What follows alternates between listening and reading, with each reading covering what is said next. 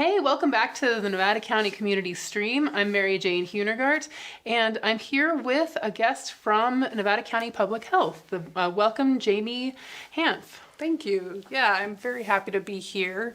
Yes, I work for public health. Actually, I'm the coordinator for the Nevada County Public Health Program. For the oral health program. A lot of people don't know that Nevada County has an oral health program that works to prevent tooth decay, and the reason why is because tooth decay is the #1 chronic disease affecting children. I did not know that. And the #1 reason for the most missed school days. And when we say missed school days, we're not talking about, actual procedures, or we're talking about procedures, not preventive care. So it's really important that we get into the schools and provide this education so that students know how to brush properly, that they are, brushing 2 times a day for 2 minutes, seeing their dentist 2 times per year, and so on. Wow, so that's just fascinating. I had no idea that Nevada County had an oral health program, and I didn't know that most counties have an oral health program. So tell me about your work in the schools. Do you do anything around prevention, or is it more a treating, or what is this? Well, actually, so this last school year, we've screened over 500 elementary kids. And what we do is we go in and we provide the dental education, and then we do the oral health screenings to make sure that that kids that have urgent needs are connected to care, or that, just to make sure they're healthy. Because often when children are in pain, they don't really know that pain's not normal because they may have been in pain for a long time. So it's really important to find those kids because it affects their self-esteem, like I said, school attendance, but ability to speak and eat and smile and everything. So it's really important that we get those issues addressed. So when I was growing up, I went to a public school, and I remember there was a presentation at an assembly once where a guy had a pair of false teeth, and he kind of showed us how to brush. He showed us the brushing, and he's like, "Oh, here, now do this," and then I think he went around to the classrooms and he had us all brush and spit in cups and all that stuff. So do you do presentations to schools? Yes. Or, okay. So we try to make it fun and also to help make the child comfortable seeing a dentist. So we bring around puppets and we show them how to brush properly. We read stories and just try to reduce that fear and, make them understand the dentist is not scary.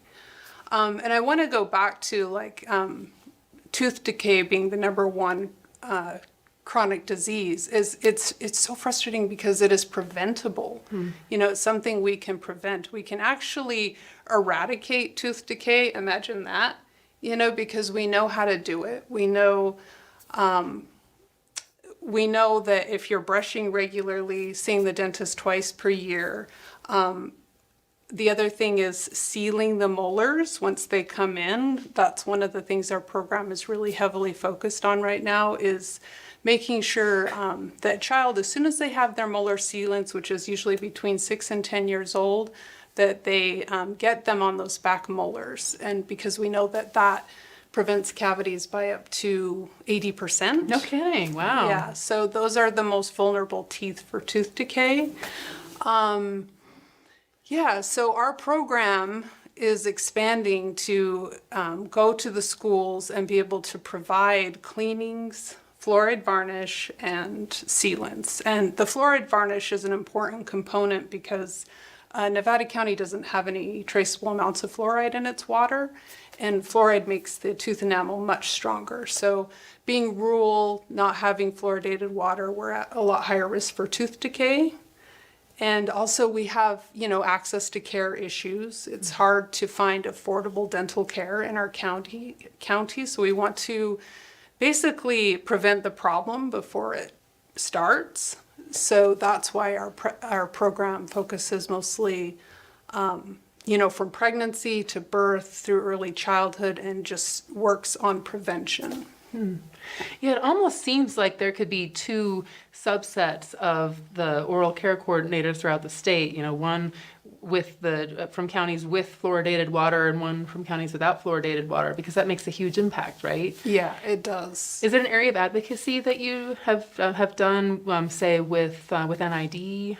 I have talked to NID where it's because we are rural. We have so few water connections on a single source, so it's kind of not for the state. It's not a priority yet for our county, but we do need to get that education out there on how important fluoride is, so we can eventually, maybe have that possibility if our community wants it. So we always encourage people to use fluoride toothpaste because that's a very good way to get fluoride. But if they don't, that's not a problem either. They just need to be more diligent about their oral care. Yeah, sounds good. And I know that fluoride is somewhat controversial as well. Yeah. Yeah. I want to talk about one more thing. Sure. When we talk about tooth decay like a chronic disease, right? It's because we're finding more and more about how our oral health affects all the working systems of the body, so lung infections, heart disease, stroke, preterm birth, all these things can actually be traced back to oral health. Because when we have an overgrowth of bacteria in our mouths, it can get into our bloodstream and cause inflammation. So it's quite a big health issue. And we've always treated it separately, medical and dental, but really we're finding that they should be treated together because it's a huge component of our overall health. Yeah, has your office done any advocacy around putting dental insurance on medical insurance or anything of that sort? Or the insurance bit is a whole nother animal. Gotcha, okay. Yeah, so I would love to see more accessible care. And because we don't have it, that's why our program is working to provide what we can and meeting students where they're at, which is at the schools. Gotcha. So to hopefully prevent that in early childhood so that they have the education, the sealants, and the regular care they need to carry them through. Gotcha. So I'm sure it sounds like you partner with the school districts. Are there any Yes. other partnerships in the community, or do you guys work in any specific way to share with public health? Yeah, so we have a dental coalition and we have many great community partners, including WIC, MCAH, which is Mother, Child, Adolescents at Home. Any home visiting programs, we try to get our education and resources to, like dental kits, children's dental kits. So all of our partners help us get our resources out into the community. And, we have some great dentists here that volunteer their time for our program and hygienists. We always need that because without that work, we can't really do a whole lot. So our program has all the equipment. We just need the talent to help us operate it so that we can use it and help to reduce the disparities in our community for access to care. So. Yeah, that makes sense. So it sounds like most of your work is through the school year. Do you guys do a lot of planning over the summer? Yes, so I will be heavily planning this summer about which schools we will prioritize and go into and make sure that we get our resources to. So Gotcha. So I know. So every year, I think there's an organization called CareForce that comes in the community and provides like free dental care and all that. Is that something that you guys are involved with?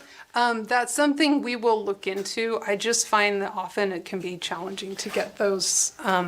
Basically, the demand for dental care is so high. Oh yeah. It can be hard to get those people to come in. Yeah. Just because they're spread so thin. Yeah, that makes sense. Yeah. So as far as public health goes, there's, I think most people don't think of oral care as part of it. And I'm really appreciative that you advocate for oral care as a part of the holistic system. Has it been a challenge for you to really kind of get that, I guess that toehold in as we are here, we are upstream from a lot of this stuff? I'd say that it's been very welcome, the program, because people have just been asking for this, you know, like trying to find dental care has been a huge challenge for a lot of families. So Yeah. I love doing this because I feel like it's really helping. Yeah. So That's yeah, great. and Well, we're going to grow it and make it, you know, help more and more. That's fantastic. Well, thank you so much for all the work you do. Yeah, thank you. So thank you, Jamie Hanf, for coming from Public Health. And we will be back after this with another guest. Thank you. Thanks.